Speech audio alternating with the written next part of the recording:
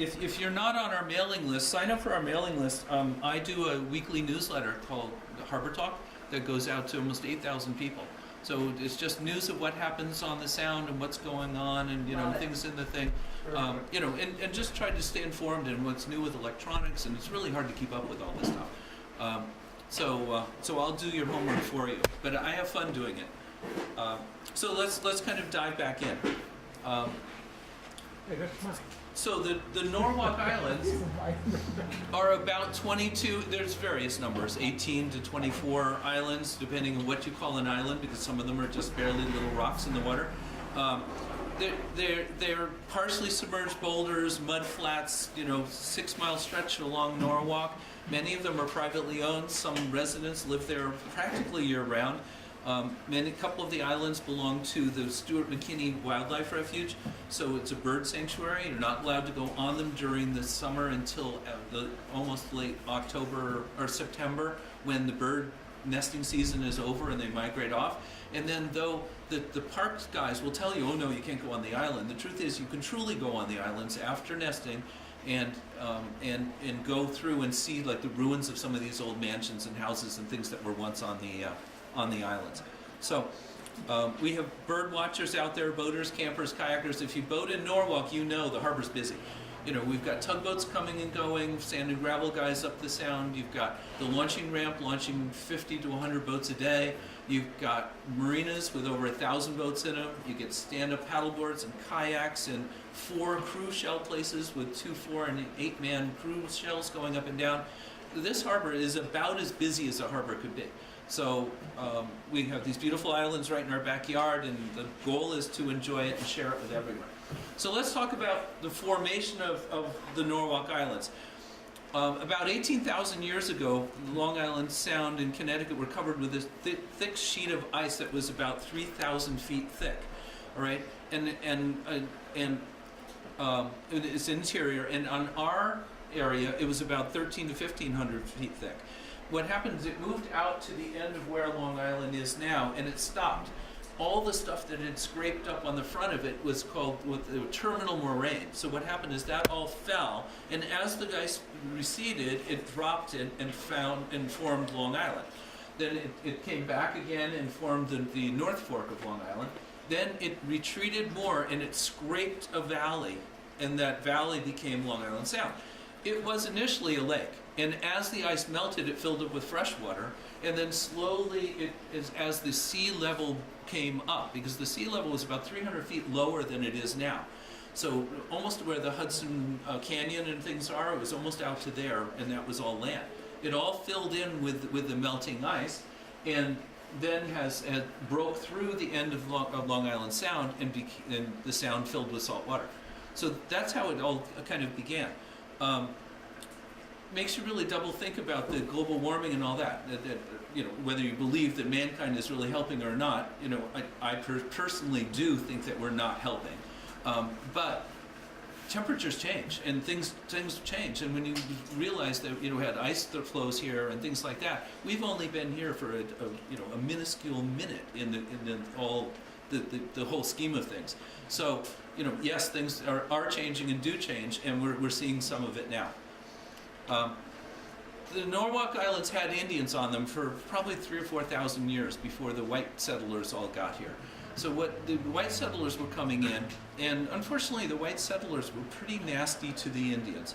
So it started with them coming into Plymouth and coming in the other colonies, but as we came down, they were starting to work their way down, and there was infighting even among the settlers, where they wanted to, this religious group wanted to split from that group, and they wanted to start something in Hartford or start something down here. So there were people who were coming down. Then you had some speculators who were coming down saying, ooh, let's snap up all the land and resell it.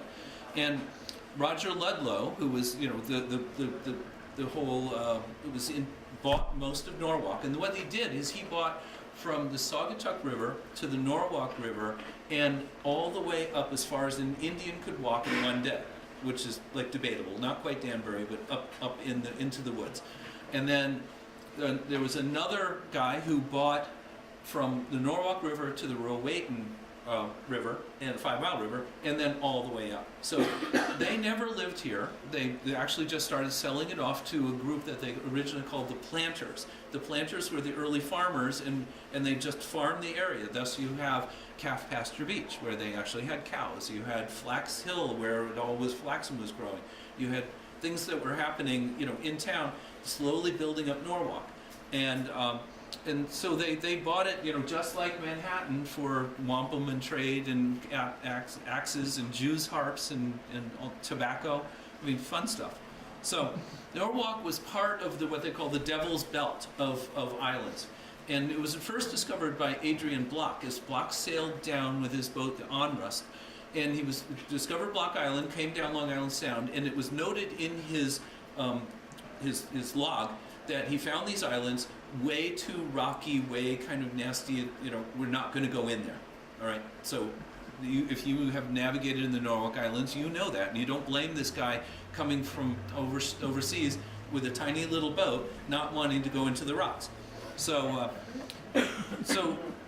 that's how that started. So Norwalk was an Indian word. They're not really sure what it really meant. They think it's kind of point of land, but there was a chief. It could have been named after the chief of the Indians at the time. And when you go down to Norwalk Cove, you've got to go around the circle down there before you head down towards the beach. You'll see this, and you probably go past it all the time and didn't realize what it is.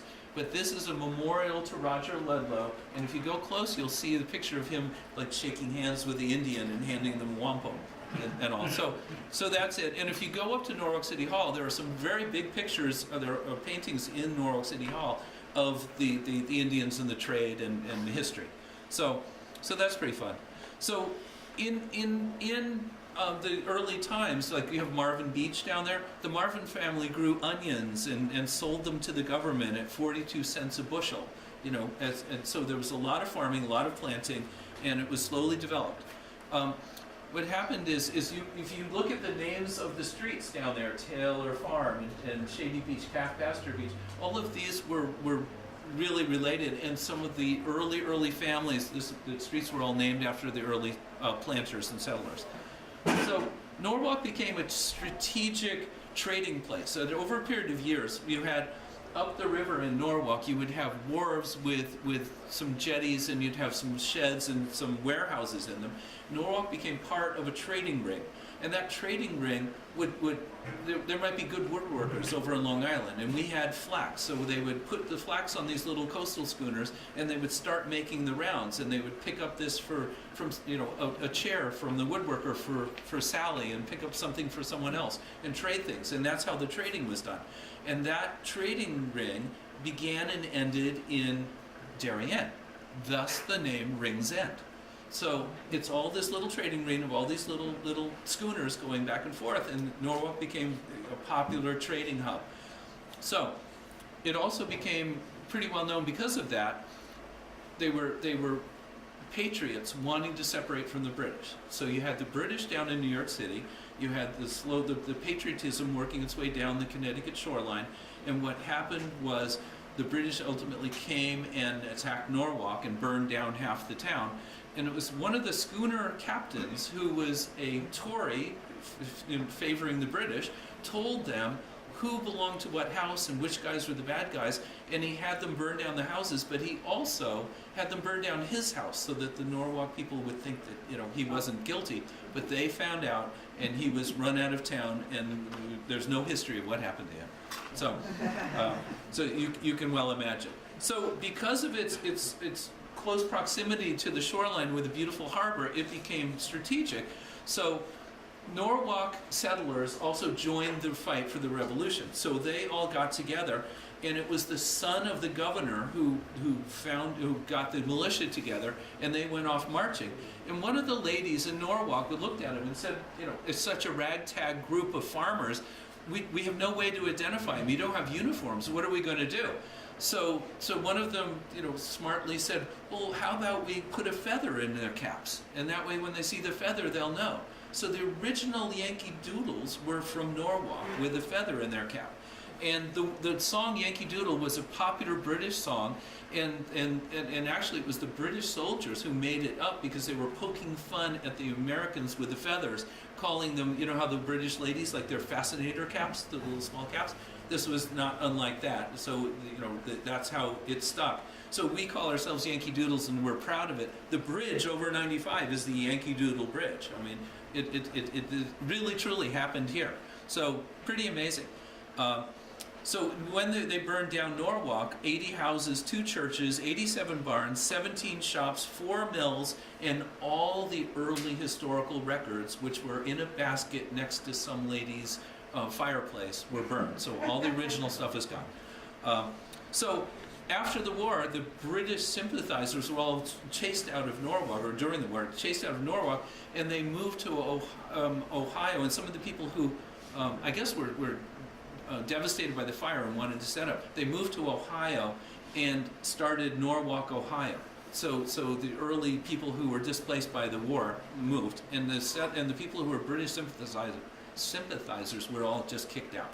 So pretty interesting history. So at Fitch's Point, there's actually this nice plaque in the ground. You can see they're celebrating the burning of Norwalk. If you pay attention, every now and then they have a reenactment group that comes down to the park down there, and they run horses up and down. They fire muskets. One year they actually marched down Washington Boulevard, shooting each other with muskets. It was great. And then they burn a little wooden shack that looks like an effigy of one of the houses, and they burn it, and they set up camp, and they muster their drums and play, it's really fun. So if you're into history, you'll like it. So if you ever happen to be up in Marblehead, this is the picture, the original fife and drum picture that everyone says, this is the all-American fife and drum of the Yankee Doodles. This is in the town hall in Marblehead. It belongs literally in the Smithsonian, but Marblehead will not let it go. So if you happen to be up in Massachusetts, you want to see it, that's where you see it. Yeah. Your previous slide, the Fitch's Point, where is that located? I saw the picture of it, and it's down in one of the parks, right, like Oyster, I think it's near where the power office is. I think it's right in there. Yeah. That's where it is? Yeah. That little tiny park. Right, there's a little bitsy tiny park on the back side of the power, 3rd taxing district. So, as part of this whole Revolutionary War, the one guy who was, very, very willing, but perhaps not so smart, also left on one of the trading schooners to go over to Long Island saying, I'll spy for George Washington. He's a teacher, he knows how to speak and write in Latin, so he goes over, goes down to Manhattan, writes his notes about what the British are doing, where they're encamped, how many there seem to be, how many ships are in the harbor. He comes back to Norwalk, or back to Long Island, and he's supposed to get picked up in the evening, waiting for a boat to come in. So he hears splashing in the water, and he's like, over here, come up, I'm over here. And it was a British sentry boat that caught him. So they went ashore, and unfortunately someone on the boat could read Latin and picked his notes and realized what he was doing, captured him as a spy. And I always thought they hung him on the beach, but they took him back to New York, and they then tried him there, and he was hung in New York City. And they also say that this whole I only regret I have one life to give for my country, it was kind of paraphrased. He may not have said exactly that, but it was pretty close. So, and the only thing about Nathan Hale is because I actually have a great uncle or relative who was on Sands Point doing much the same thing, who is not at all famous because he didn't get caught. So, but it was pretty well known that the British were out there. And with my uncle, they commandeered the farmhouse. They kicked the family out. The wife had to cook for the officers who were staying in the farmhouse. She would take notes and pass it to her husband, who would hop in a dinghy and row over to City Island. So it was that's how the war was fought back then. No internet spying. So the big deal about Norwalk was the Indians used to live on the water and oyster on the water. So oystering was the single biggest industry. It slowly grew to become the single biggest industry. So in 1847, 6 men formed a committee to mark out and stake the little oyster beds so they could separate them all by the families, and everyone who was interested could get a little plot. So as the family started to grow, the islands became a place for a watch house where you could position somebody, at night, so they'd be up late or up at the crack of dawn, and make sure no one was poaching your oyster bed. So that was the earliest use of the islands out here, and so the oystering became bigger and bigger, and at one point it grew so much that Norwalk became the oystering capital of the U.S., and it was called Oyster Town. So oystering has grown in Norwalk for years and years. Some of these boats now were originally steam engines, and they've converted them over to diesel. My boat's in the middle of the harbor, and often when spending the night on the boat, I can hear the boats go out in the morning, and you can almost tell which boat is which because of the clink-a, of the big diesels and the machinery. So it's fun. They work like dogs. I just saw one out when in a snowstorm, freezing cold, really nasty, and they were just coming back in, and I can't imagine these guys on the deck sorting oysters. So oystering is still big in Norwalk. There are a couple of families who have split and divided and done things, but it's still a huge industry. Now, they need to be farmed, and it's not something that you just go off and dig them up and go.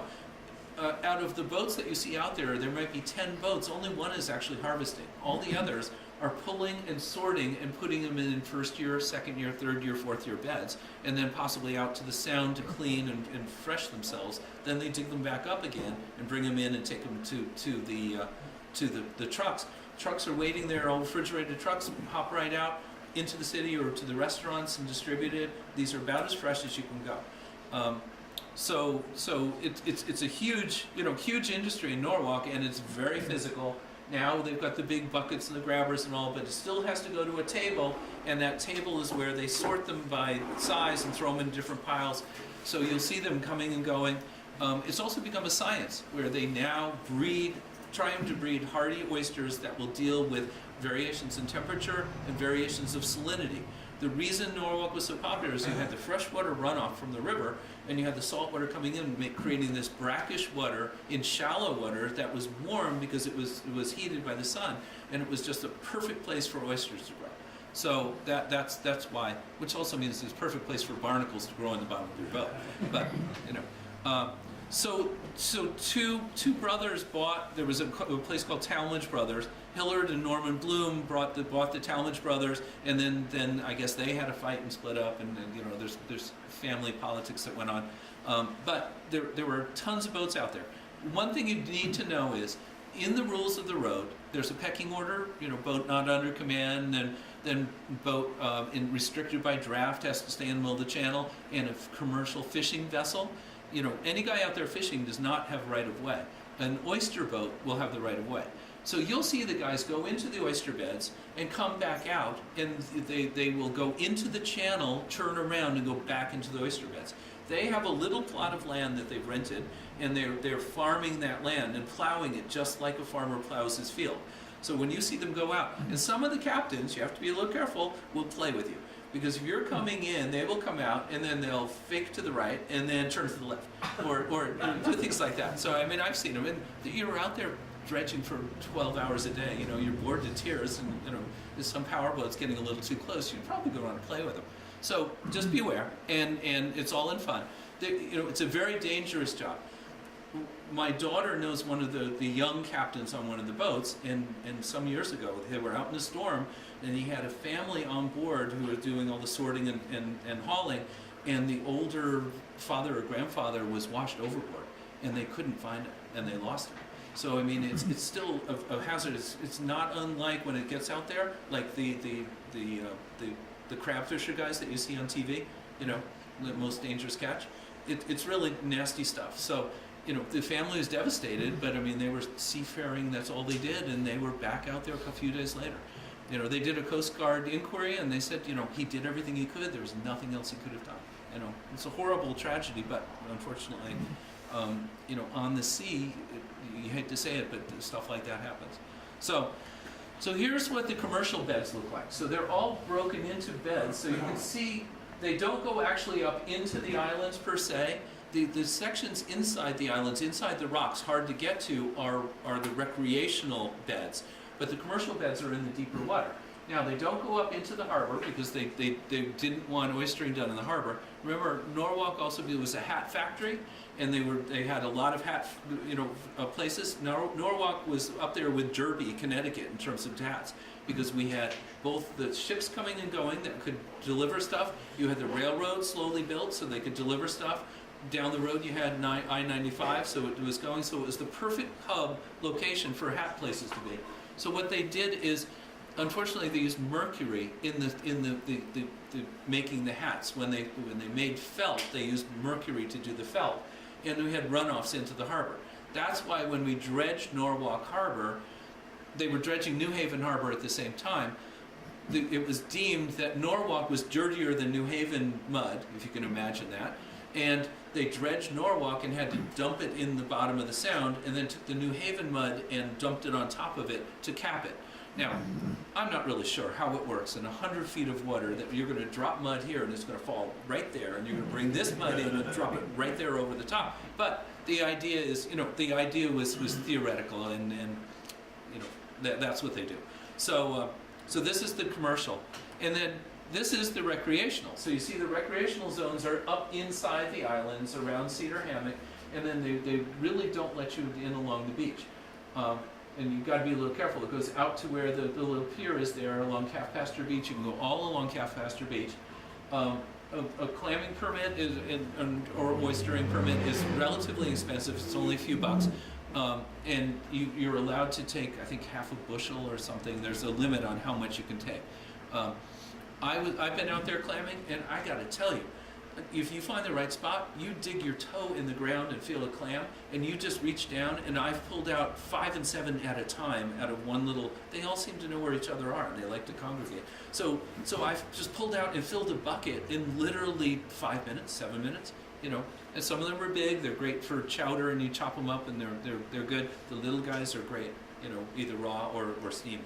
So that's the oystering in the island still is huge. Now there's a little flag they put out at the end of Vets Park and out at the end of the other park in Norwalk, all the way out Pasture Park. If it's red, there's no oystering because the water level pollutions are too high.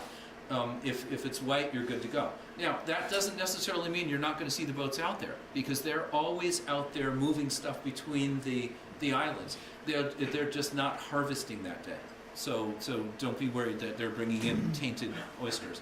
And until they've actually got the sewer treatment plant finished, and I know they've been working on it in Norwalk, and I'm not sure if it's completed yet, but the stormwater would run into the sewer treatment plant. When we had a huge deluge, it would pump sewage out. And now they've tried to separate all those drainage systems from the sewer system, so we're not getting that backflow. So there's a lot of wildlife on the islands.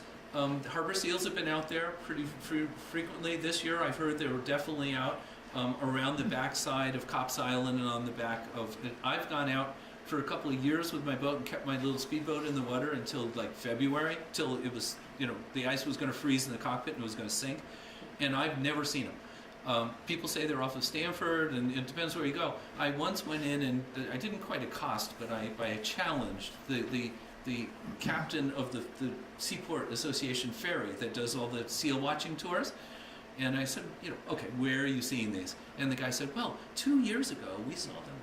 So they're out there. You might see them. It depends how brave you are. I mean, I can tell you, I was wearing multiple layers of ski stuff and all that, and was really bundled up. You're bombing around in the boat, and everybody's looking like you're crazy. You've got your handheld, and you're praying that nothing breaks down. It might be easier to go with the Seaport Association. They might sell wine on board. All right, so there's wildlife on the islands. The most prevalent is this little vole, this little tiny mouse. So that's out there. There are definitely deer on the islands. They swim back and forth. For my April Fool's edition of Harbor Talk, we had the rare fanged deer came back to Sheffield Island. But I had a friend who was anchored way up in the harbor, in the shallows, spending the night, and he saw this bunch of looked like sticks and twigs all going upwind. And when he looked closely, it was a deer with a full rack of antlers swimming up to the island. So it's out there. See the many And times. I can personally guarantee you that there are hundreds and hundreds of raccoons.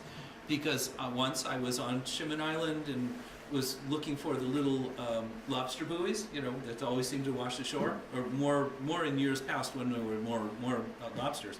But walking around, and then one thing led to another, and it became a walk all the way around the island along the shoreline. And I had pulled the boat in thinking, oh, we're going to leave pretty soon, so I didn't have it far enough out. So when the tide went out, my little aqua sport was high and dry on the beach, and so the music, the sun went down. I turned on NPR and was able to listen to music, and hear all this rustling up in the woods. So I shine my flashlight up to the woods, and I see hundreds of little eyeballs staring at me. So they eventually realized I wasn't going to hurt them, and I had no clue what they were. But all these little raccoons come down to the waterfront, and they all start going down to the water at low tide and break the mussels free and smack the mussels on the rocks and eat them. And they get tired of one spot and they move around, then they walked around the boat and continued down the beach. So it was great fun. I would recommend it. Go get stuck and have fun because it's amazing out there. So that's it. There are birds. The birds on the islands are it's a big deal. This is part of the North Atlantic Flyway. They come down from the northeast and they come down the coastline. They stop up further in Connecticut. There are a couple of other places where they stop. They come down here. Some of them will stay and nest for the season. Some of them will actually continue down south. What they do is we have more birds on the island and more different species on the islands than practically anywhere else. And now having the bird sanctuary on there where people are not allowed in. You're allowed up to the tree line or the high water mark, but you're not allowed up and in. And on some of the islands, you've got to be really careful because the birds are not used to having any natural predators. They will lay their eggs in the rocks, and you literally would be stepping on eggs as you walk through the rocks. So that's why they want to keep you off of them. There are attendants who work for the National Park Service who are out there on Shimin and they do rounds, but they're like college students who are working on degrees trying to study this stuff. So there are the biggest bird, and actually I think the most fun are the ospreys. We have something like 22 osprey nests around the Norwalk Islands and in the harbor and even in the park at Vets Park. It's amazing. They're somewhat territorial. There's one on a rock pile out next to me. I've been out there watching, and it's like living in a Channel 13 or 21, nature video. I've seen them up there where the father will catch a fish, and he's trying to struggle back to bring him back to the nest, and seagulls are attacking them, trying to get him to drop it so they can grab the fish. And the mother would go up into the sun and dive bomb the seagulls, clipping them on the way down. And you see the seagull tumbling and recovering just before the water. And it's like, whoa, we're a quarter of a mile from I-95, and we're living in some wonderful, nature place. So it goes on. The one last year, I think he had one baby. The year before, I had two. It's fun to watch them, teach them how to fly. It's really nice when you have a sailboat and you have a $500 wind instrument on the top of your mast, and they perch on the top of it and bounce on it lightly to use it as a diving board. But they watch for fish to go by, and they dive down in, hit the water, grab the fish, and come back out with one swoop.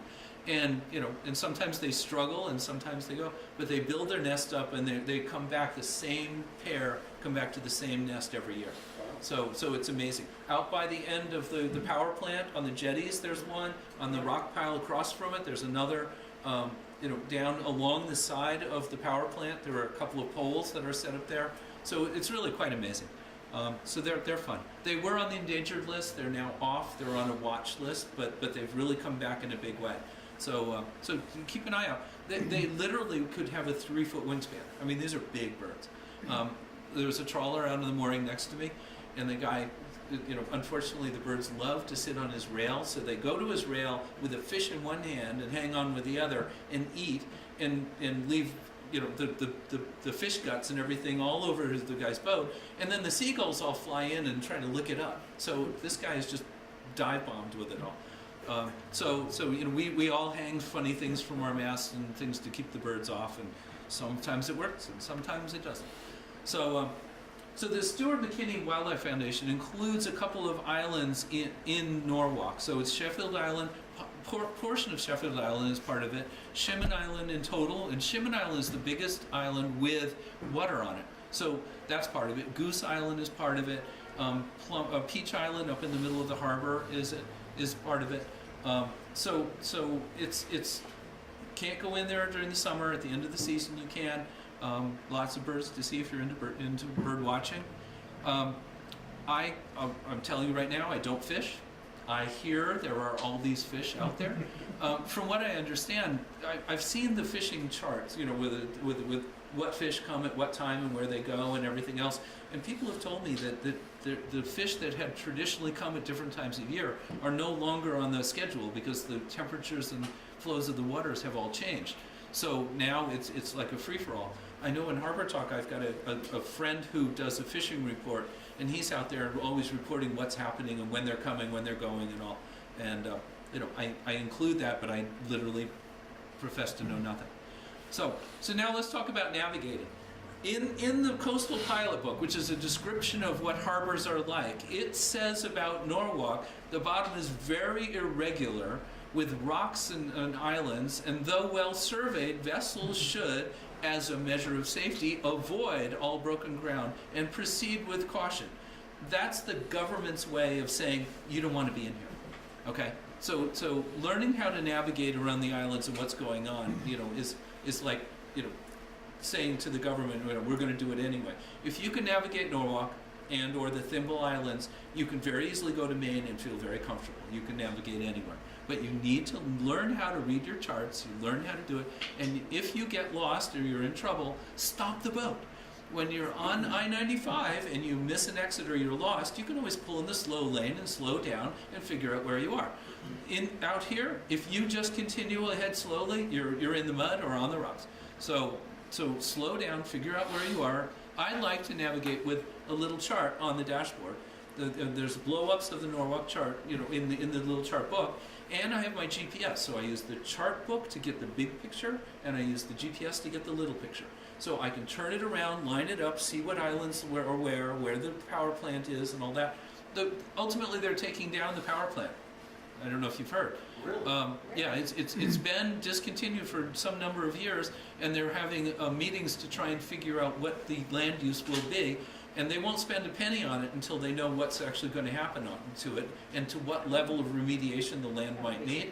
But Norwalkers are all up in arms because, oh my God, how are we going to find Norwalk if the stack is gone? So that's not what you said on your April. Oh no, and the April Fool's one that Trump bought it was putting a tower out there, and since Norwalkers didn't want the tower down, we put a water slide around the outside of the tower into a fish tank that was maintained, a bluefish tank that was maintained by the aquarium.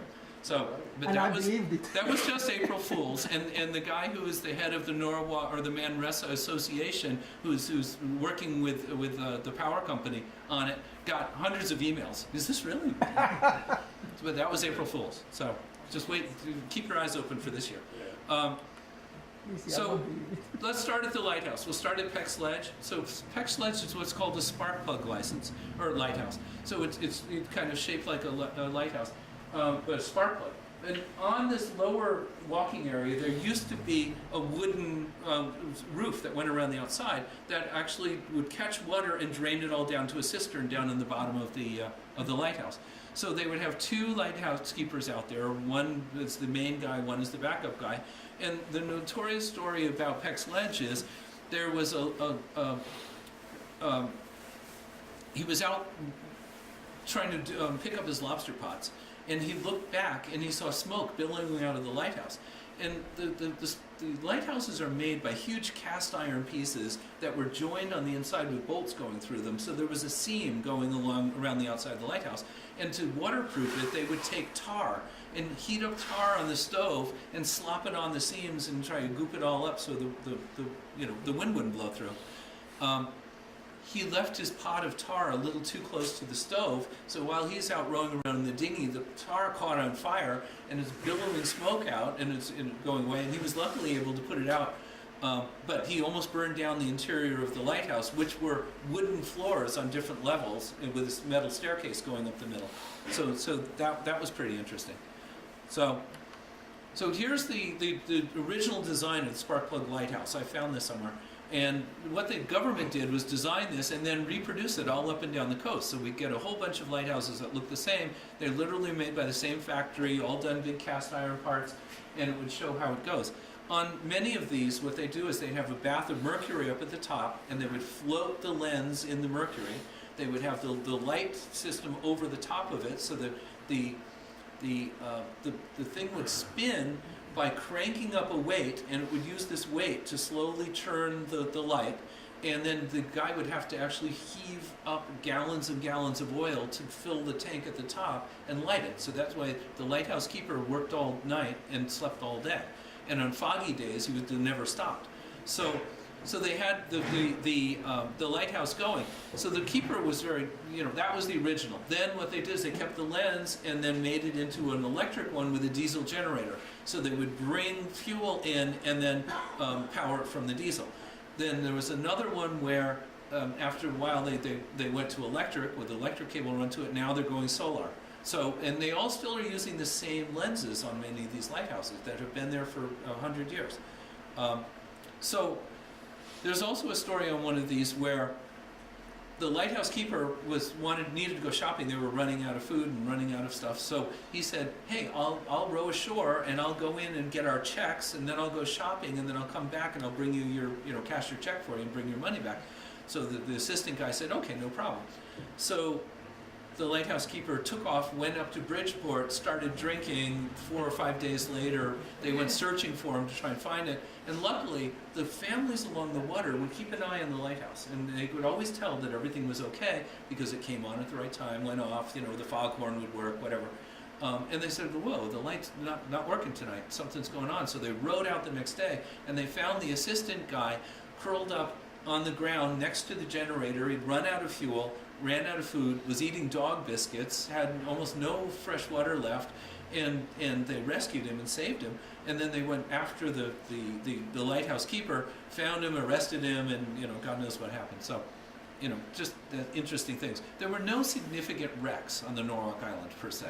There was one tugboat that was going down the Sound with a whole bunch of scrap metal cars in it, and the barge got a leak in it and sunk and pulled the tugboat down. Lost the whole crew, and parts of that tugboat, they've been diving on it, are at Sono Seafood. So when you go into Sono Seafood, you find some artifacts out in front of the restaurant. They are from that tug that sunk.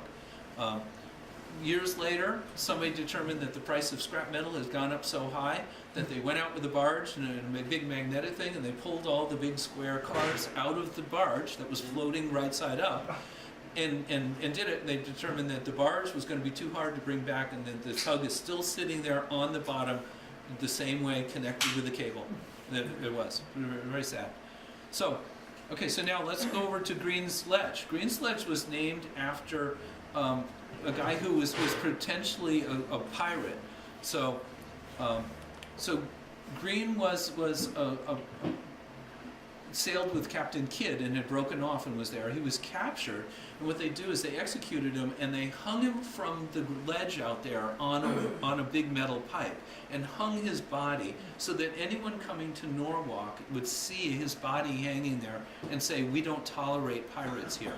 Not unlike medieval London, where we came in on Canterbury Tales and the bodies were hanging outside of London. And to warn people that we don't take thieves and people, we take it very seriously. So they built the light out there because the ledges were out there, and then they've had a couple of lighthouse keepers out there, and then ultimately it was diesel. Now it's electric with a power cable running to it. So the islands were very popular. And what happened is at Roten Point, you had an amusement park that was slowly built up. You had Norwalk Islands, and on some of the islands, they started to put up wonderful like hotels and resorts and things on the island. You can imagine royalty from Europe coming to the Norwalk Islands, as a place to get away. And there were all these big cruise ships that would run from New York City back up to Connecticut. and come in and tie up a Roten Point. So what happened is you ended up with like speakeasies and bars and bordellos on the islands, and the women and children would go to Roten Point and go on the carousel and do the rides, and all the guys would out with their brandy and cigars out on the islands. So there were little boats running to and fro. So you ended up with some pretty big boats running back and forth. This little ad I found was for when General Grant died, and they were going to do very grand at Grant's tomb in Manhattan. One of the boats, the City of Albany, was starting in Norwalk, filling up with people who wanted to go down, and would take them down to New York City for the funeral procession. So some of the big boats coming through would come in and out, and ultimately Cornelius Vanderbilt owned one of the boats that was coming to and from Norwalk. So Norwalk has always had that kind of attraction for cruise ships and boats. So what you've got is we had a lot of paddle wheel steamers that was here for years, taking people out for drinks and dinner. We've had a few other ones, some notoriously tied to the town dock when a storm came through and almost ripping the dock away. The islands have always been very popular. So now we're going to start discovering the islands. We're going to start in the east and work to our west, and we'll start with Coquina. Coquina is a Westport island. It's owned by the town of Westport. It's named after an Indian named Coquina, who was a translator. And much of when the Indians bought the property, Coquina was the translator who actually did the negotiations. His name's popped up a few times on Long Island Sound history because at one point he actually negotiated the sale of Shelter Island back then. So it was kind of interesting.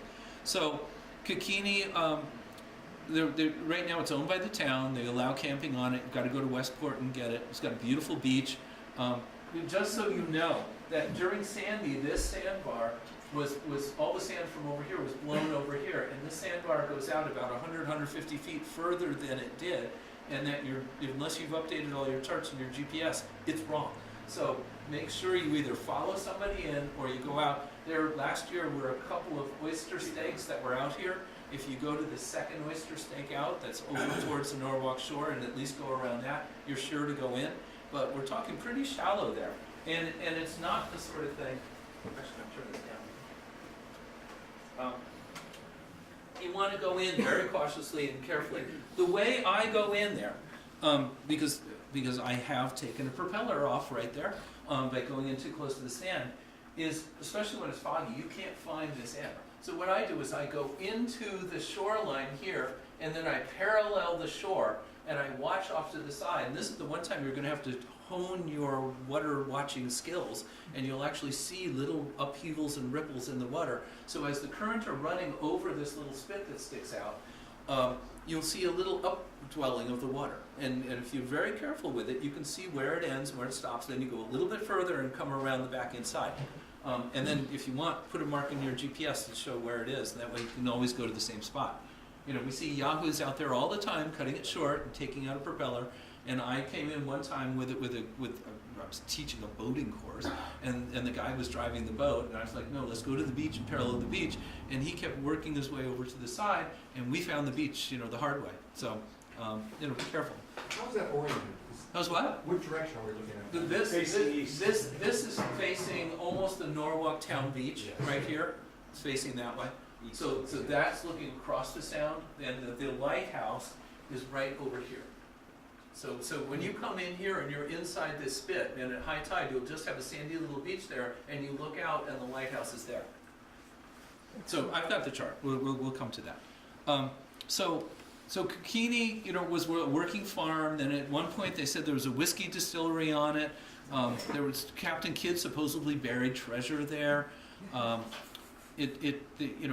one point there were pirates. They said there were treasures there. Captain Kidd actually did leave a treasure, but they found it out at the end of Long Island and up in Nova Scotia, and he actually was brought back to England and tried. But supposedly the pirates would hide in here because it was such a great spot, because nobody could come into the islands and find them. They knew the water like the back of their hand. So here's a nice aerial view, and then here's the chart of it, so you can kind of see where you're coming in and where it's grown. You have to be, it's very shallow, but you can go up into the inner harbor, and people go in there and spend the night. But you've just got to be careful that you're not like running generators, because you're only in a foot of water. You might suck mud up and everything up inside. Low tide. At low tide, yes. So at one point, the island was purchased by the electric company, and they wanted to put an atomic power plant on it.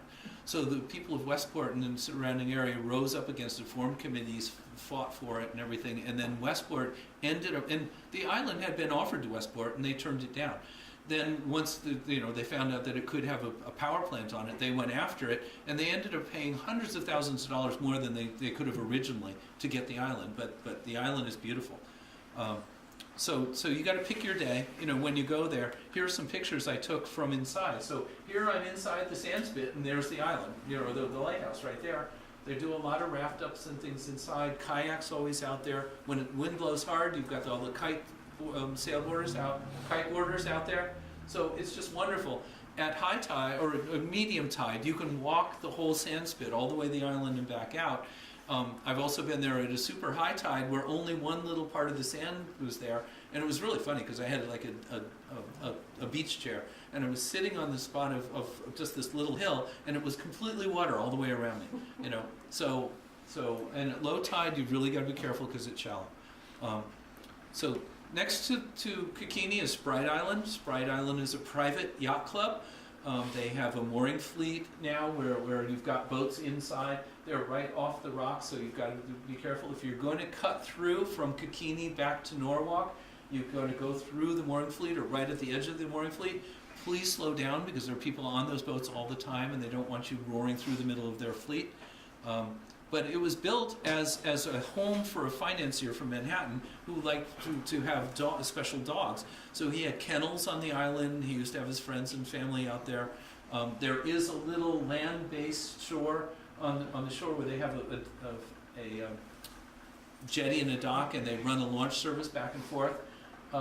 They're always, sometimes they've got a waiting list for membership. It's relatively inexpensive, but it's a beautiful little island. There's not a big clubhouse per se, but there are beautiful picnic grounds, and it's the best place in the harbor to watch the fireworks on 4th of July. So now they use some of the old kennels now for kids to store all their sailing gear in. And they run sailing programs, junior sailing programs there. It's really pretty. It takes about 20 minutes to walk around the island, and they have a rudimentary beach on the other side that looks over at Coquina. But that island, or that beach, is kind of pebbly and rocky. It's not unlike the Norwalk beach. It's not a great beach, but pretty little island. So here's what it looks like from the air.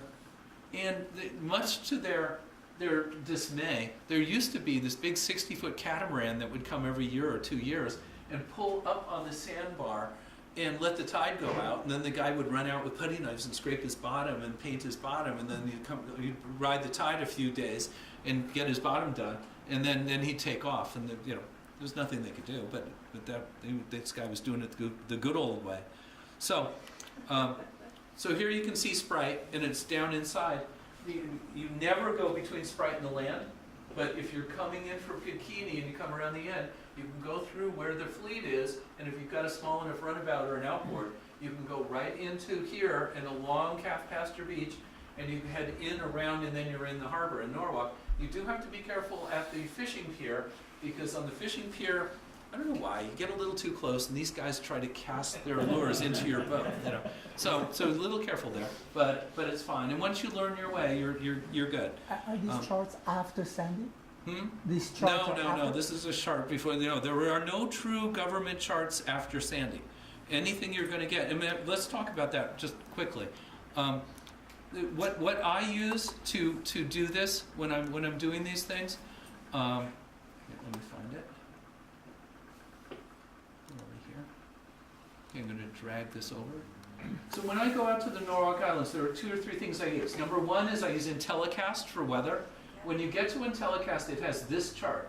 This chart is the best chart I've ever seen for boating, okay? Because you've got the days here, you've got the temperature, what the temperature is going to do, you've got the barometer, so you see that a rising barometer usually is nice weather with no rain, and as the barometer falls, the rain comes. Okay, so you can actually look out a couple of days, see when it is. They update this hourly, and when they've got the blue for the rain and it says 100% or it says 20%, they really mean it. It's that accurate, almost to the hour. Yeah. That same chart is on Weather Underground. Weather Underground and this are all owned by the Weather Channel, and it's all the same company. And actually, just as a warning, the guy who's the CEO of the Weather Channel is buddy with the new guy who's just been put in charge of NOAA, and he's trying to convince the head of NOAA that the government shouldn't be giving out weather information for free. That in a true, American, business capitalism, yes, that the companies should be allowed to resell the government information and make a profit on it. So don't be surprised if some of the free information that we've been used to getting may disappear in the next year or so. So here's only for 2-3 years. They'll come back. Yeah, it will. Yeah, I bet you. So here's the wind. So you can see here's high wind when the barometer was low, and as the barometer went high, the wind died down. As the storm comes in and the barometer falls, the wind's going to increase. So I can tell you, you can get 99% of your boating information from this one little screen before you go out. And this is my go-to. I set it up. They have an app, but the app isn't actually as good as the web page. If you have Optimum online, there are Optimum hotspots all around the harbor and the shore. So you can go onto your Optimum hotspot and get the web page. And I save it as a link right on my front screen of my phone, and go to the web page and live with this. So look into that. Question? No, I was just going to say the fascinating thing about those charts are how the wind direction changes. Yeah. Well, you've got to realize that with a low, it turns one direction, with a high, it turns the other, and when they're mingling, it's going to be. So the way to see that, funny you should ask, is a thing called Windy. So when you look at Windy, Windy's got a global view of what the winds are doing all over the world, okay? So this you can zoom in on, and this is what we use when we're going offshore or traveling or anything like that. Guys traveling around the world are using this to forecast. You zoom in, and then here's our wind. And here you can see why, because when you come up to the lows up here, you see this cyclonic shape coming through, because this is low pressure right here, or high pressure. The dark colors are high pressure, and the greeny blue colors are low pressure. So you'll see it. And then look over here, there's great storms and stuff going on over there. So this gives you the big picture. So it was called Windy TY or Windy. You can get it as an app. I use it on an Android, and as long as I've got Wi-Fi, I'm good. But this is a great way of knowing the big picture, what's happening. And you can see things. You can switch along the side here. So if I want rain or snow, I click on rain or snow. If I want temperature, I can get that. If I want the weather radar, I can get that. If I want more, I can go down here, and what I actually like, there's one down at the bottom here for pressure. You turn on pressure here, so now I've got pressure, and when I go to pressure, it should load. That's pressure. Okay, this is the pressure, so you can see high pressure zones and low pressure zones and what the wind's doing in the zones. So this is really good. And if you haven't signed up or taken the Power Squadron weather course, which is pretty intense, this will give you a really good picture of what's going on. So that's number 2. Number 3 is, when I'm out in the Norwalk Islands, I use Navionics, almost exclusively. And the reason for that is, and I run it on my tablet, but I have Navionics. When you go into Navionics and you look in the islands, you can zoom in. You can also put this on your phone, and they have it on iPhones and Androids. Jump in, and it will show the bottoms and show the detail. So let's go to Coquina and actually see where we are. So here's Coquina, okay? And we can zoom in a little bit further. But I can go down to this corner, and I can pick a thing called Sonar Charts. Sonar Charts are crowdsourced charts that everyone is downloading, uploading to them, and they update the charts. And look what you get. You get this bathymetric lines of the charts here, and you can actually see all the depths and what they are. The more closer the lines are together, the more steep the drop-off. This is great for fishing, but it's really great if you want to go off into one of the islands And it's up to date. and find your way into something and going around the lighthouse and seeing where the rocks are and what's really there. Is it I mean, this is up to date? This is absolutely up to date because I'm on the web-based version. You have to go on and download. You pay, I think it's $99, and you have unlimited uploads. Usually you can do that every couple of years because the charts aren't changing that much. But if you're a fisherman or you're really going into places where you want to have the latest of the crowdsourced charts, you want to update it every year. But I mean, it's cheap insurance. And I got to tell you, when I was going into some, let me go down here. When I was going into some of these little islands inside of Sheffield and going in to take pictures of these little islands up inside, having this and seeing where the drop-offs were and all, and since it's crowdsourced, and what they do is they'll take a bunch of people, they'll put their data up, they will check for the tides and make sure it's adjusted for tide, and then they will throw out extraneous data that's obviously wrong. If something says, 12, 12, 12, 30, they throw out the extraneous data, and then they rechart it and will reissue it. So it's really amazingly accurate.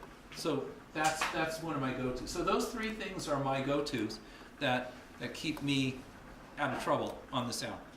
So yeah, and then the other one is if you're really going to be cruising, Active Captain is really good. Active Captain has crowdsourced reviews and things of all the marinas and where you are, and it's free. All these, the online Navionics and Active Captain and all that is free. So, agriculture in Norwalk. I can't tell you how hard it was to find a cow on a beach. Okay, so this is Calf Pasture Beach. So the next island, of course, is going to be Calf Pasture Island, and they literally did walk the cows out at low tide and half swim them, half walk them out to the island, and it was just a pasture on the island, and they would keep them out there. There were cottages and things on the island. It's been rebuilt, and there's some houses on it. It's privately owned. There's a couple of dogs that roam the island that bark at you. So you can't really go on it, but they're out there most of the summer and really have fun.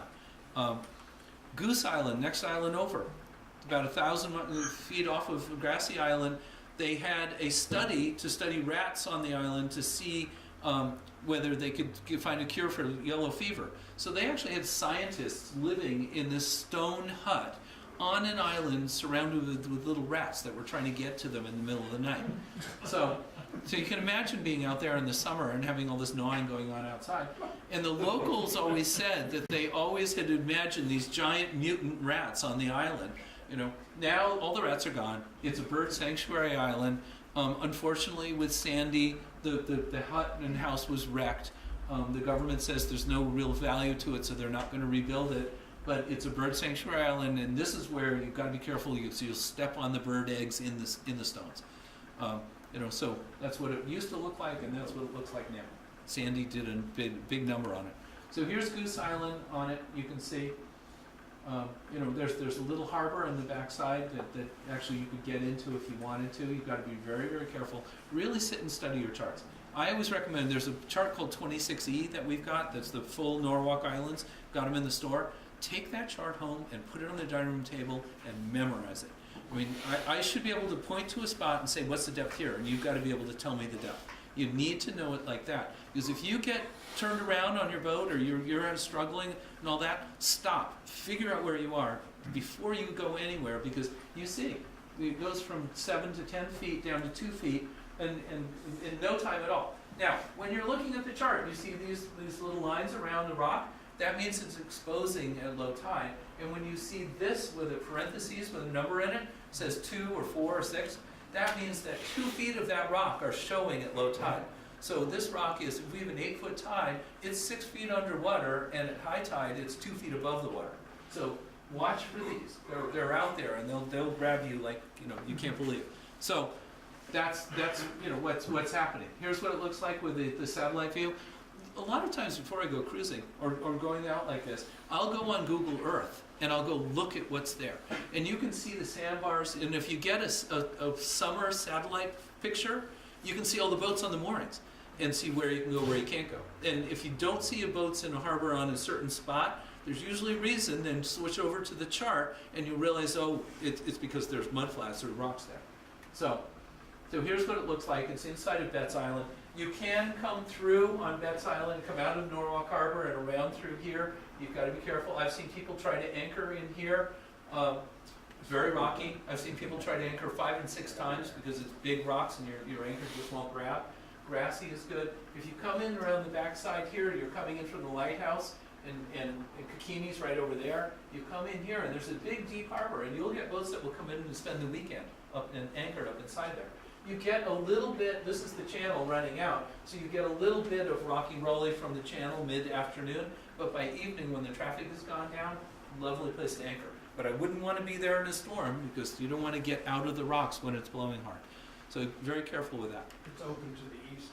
Yeah, and it will blow through. So Betts Island is one of the next islands in. Betts Island is really 2 islands. It used to be more one with a walkway bridge between the 2 of them. You see it out there. A guy now from Greenwich owns one on the side. Beautiful house on the end, solar panels, everything's really built it up. And I heard that the other side just sold for $600,000 or so, and somebody's going to start working on that and building that side up. So you've got to be careful. You can go around it. You have to be very, very careful on this side because there's a rocks that come out on this side. And years ago, there used to be a metal stake in the water that would show you where the ends of those rocks are. That's long gone. So people come in and cut that too short, and you could find those rocks, unfortunately, pretty easily. So There's tons of fruit trees on that. yeah, it's amazing. It's a really pretty island, and so they have a dream house on the end of the island. It's gorgeous, and here's what it looks like. Yeah. So it's great. And for a couple of years, they had the dock, and they had where you could lift the ramp up in the winter to get the ramp free and clear of the ice and stuff. And some ospreys had put a nest on the top of that little piece. So every time they came with their boat, the osprey would get all pissed off and circle and shriek. And then then when you went up to the house, they would come and land again. And the ospreys do exactly the same thing out on Sheffield Island at the little gazebo at the top of the dock, where they can keep coming back and building their nest and getting angry when the humans come. So you'll see their little aluminum boat, running to and fro from the marina, bringing people out, which makes this kind of boat is very unorthodox in the salt water and the sound. But I got to tell you, for what they're doing and running people back and forth and loading up supplies to come out for the weekend, it makes perfect sense. So that's very cool. So Hoyt Island, we're going to jump down into the back of the harbor behind the power plant up in the back of Norwalk. So this was a private little island, had houses on it. There was a family that lived on it. They used to row their kids to school in the morning from the island, or when the tide was low enough, there was a land bridge made of oyster and clam shells that the Indians had left for 1,000 years that would let you walk on and off the island. It's now just a puff of trees. There's some foundations and a cistern still under the trees, but it's part of the bird sanctuary, and you're not allowed to really go on it. But this is what it looked like way back when, and you can imagine this nice lady rowing her kids back and forth to go to school or go shopping in the morning. So, pretty little place. This was the house that was once on it. And then after it was purchased by a couple of families, and then vandals got on it, and the house got burned down. Unfortunately, that was kind of the rule on the islands. Kids would get out there, and then the place would burn down.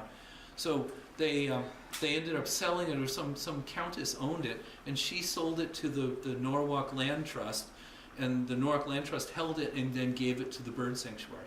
So Norwalk Land Trust has done tremendous jobs of trying to save parts of the island. Chimney Island is the largest island, has water on it. At one point it had a huge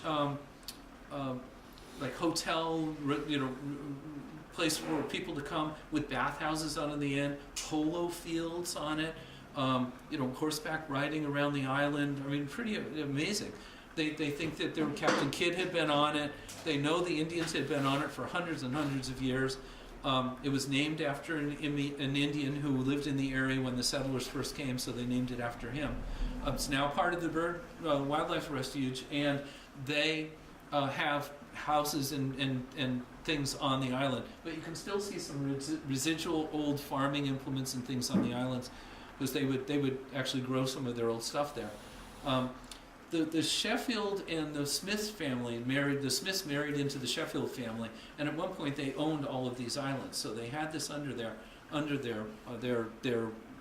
joint control, and they made a summer hotel on the island called Shimmin on the Sound, and it was really luxurious. And the trains would come to Norwalk, and they would bring people out to Shimmin on the Sounds, where you could bathe in the luxurious salt water of Long Island Sound.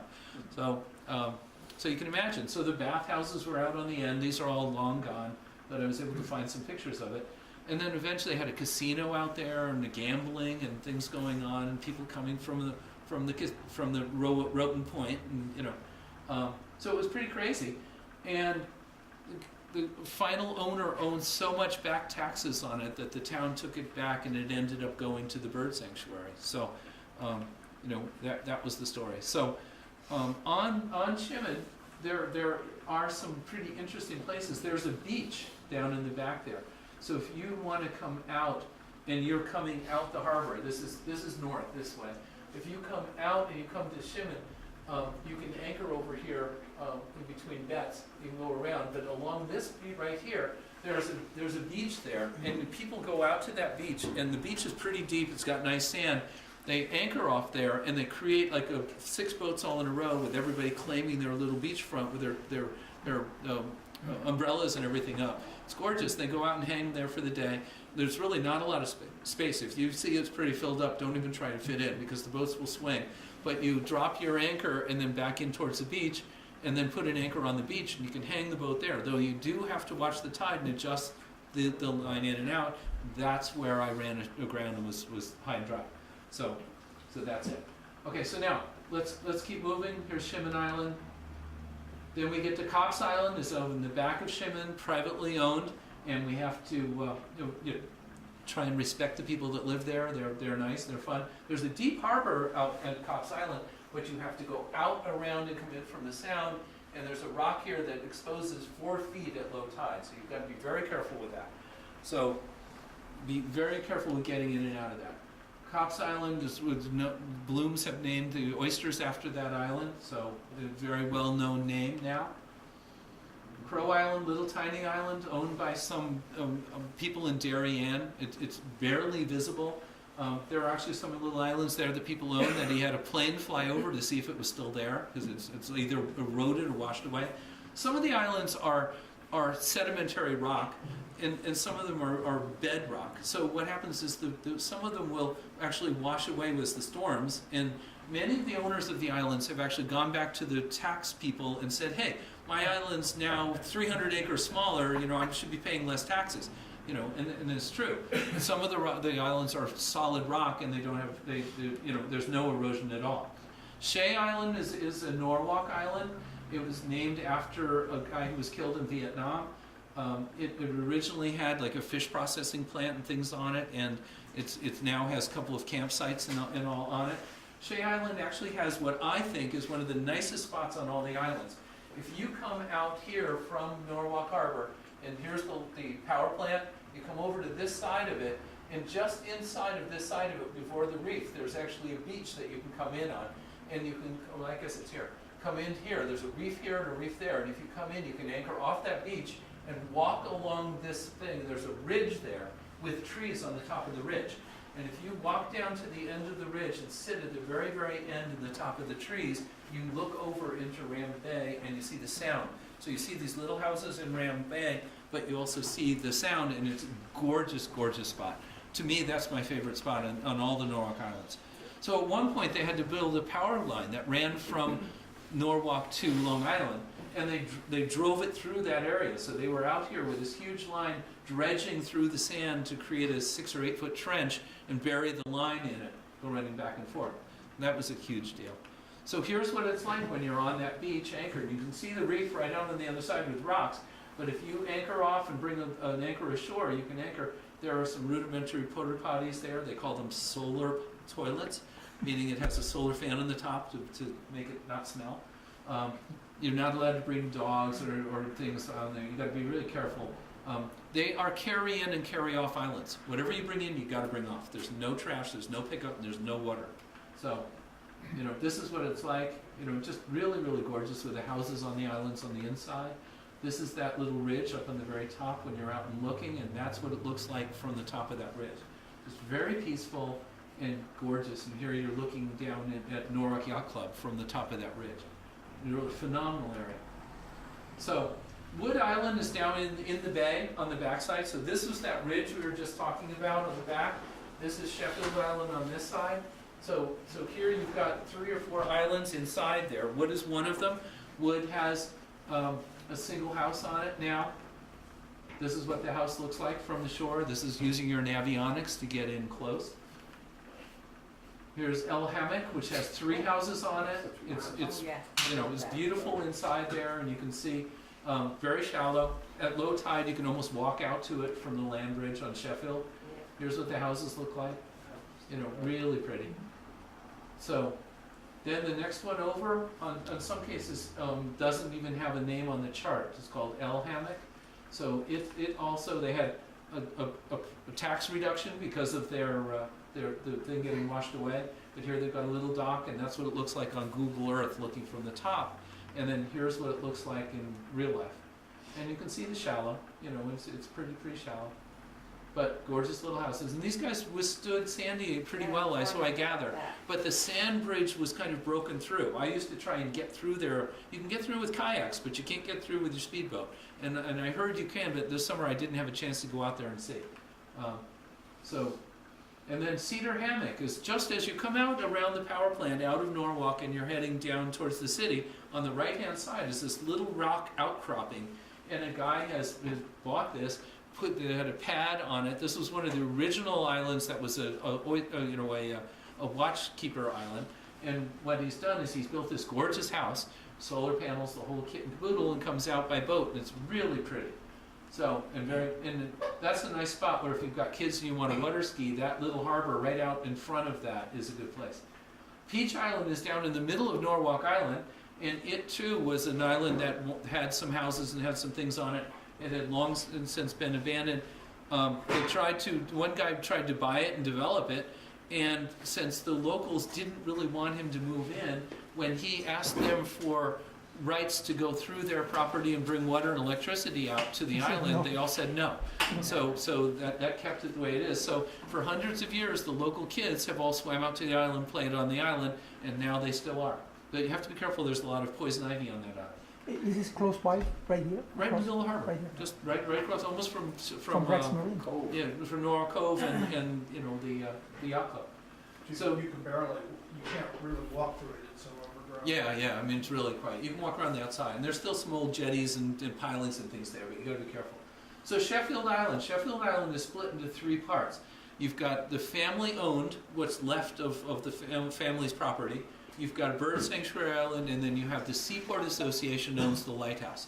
So when you look at it, you'll see this is bird sanctuary and bird sanctuary. The family owns this little piece, and then the Seaport Association owns that part. It's been purchased in a number of times where Sheffield was a captain, bought it.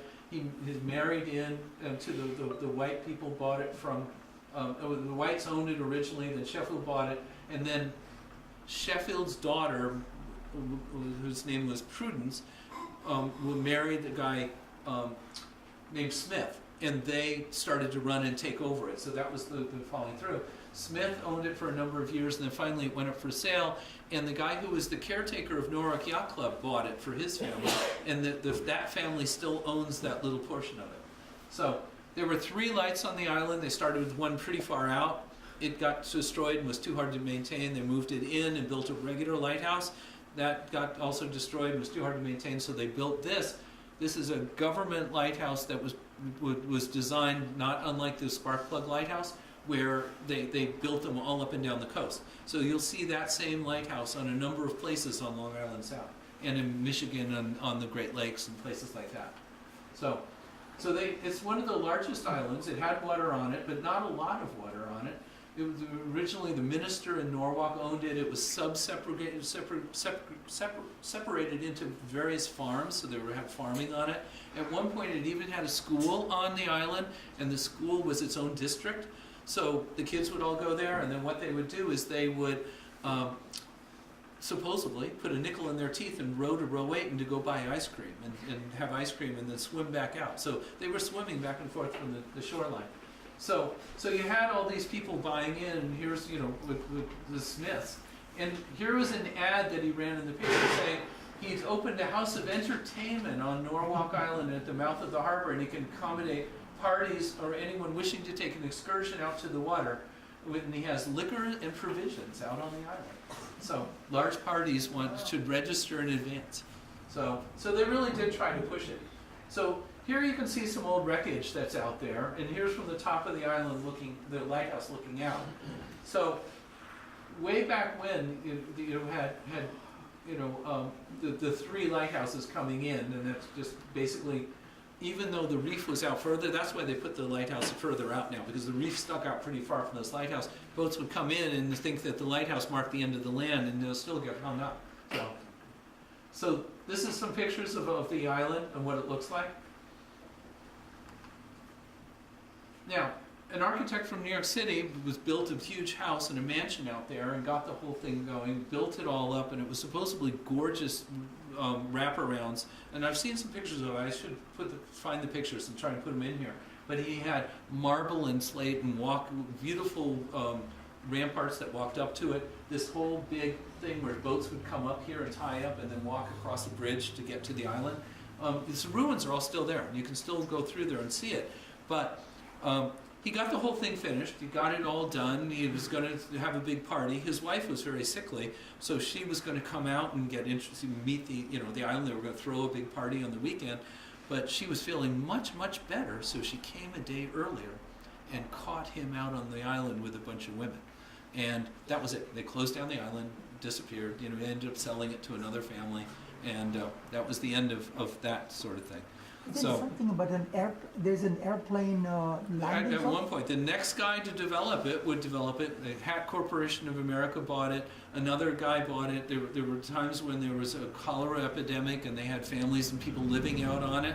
And then you had this guy, Robert Corby, who worked for Fleischmann's Yeast, bought the island. He was a playboy. He built a resort, a landing field, a golf course, polo courts, tennis court, and has racehorses on the island. Okay, I mean, crazy. And there was not enough water on the island to keep it going. All the water was on Shimmin, and the wells in Sheffield weren't that much. So a lot of that all went away. So the big mansion was torn down. Things had gone. Here's a picture of one of the houses that was on it at one point on the end. So all this was then burned down in fires and things, and unfortunately, they weren't really sure. So now this is what it looks like. James Rammond of Remington Rand lived in Rowayton, near Rowayton or in Darien. And if you know where the Rowayton Library is, as you head down into Rowayton, there's a big old stone building there. That was where Remington Rand's offices and things were. And he owned it, but he never developed it and finished it. So then a guy bought it who was the head of the Hat Corporation of America. He was going to put a country club there, and he had a bunch of business people all trying to invest money into it, but it all came apart, and ultimately the house burned down and is gone. There have been campers on the islands for years. I actually talked to a guy who said they spent most of the summer camping out on the island, and they thought it was like a hippie colony or commune, but it was just kids from the local area all camping out and having parties on the island. Are you allowed to do it for more than a week or? No, there were no rules, and no one was taking care. So that now, no, you can't at all. Okay, no camping on the island at all. So now the most of the island's part of the wildlife refuge. You really can't go up into it at all.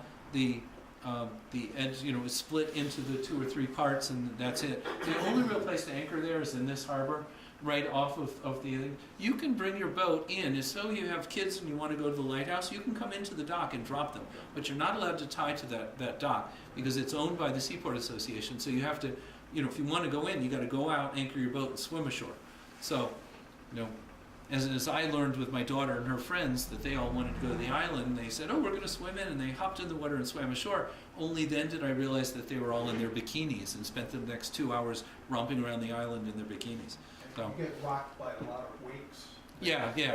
What? Again, all the boats coming and going, you'll be rocky rolling, but in the evening it settles down, and you'll see boats that are cruising down the Sound will come and tuck in there, spend the night, and leave first thing in the morning. So Why that's is it good. so rocky there?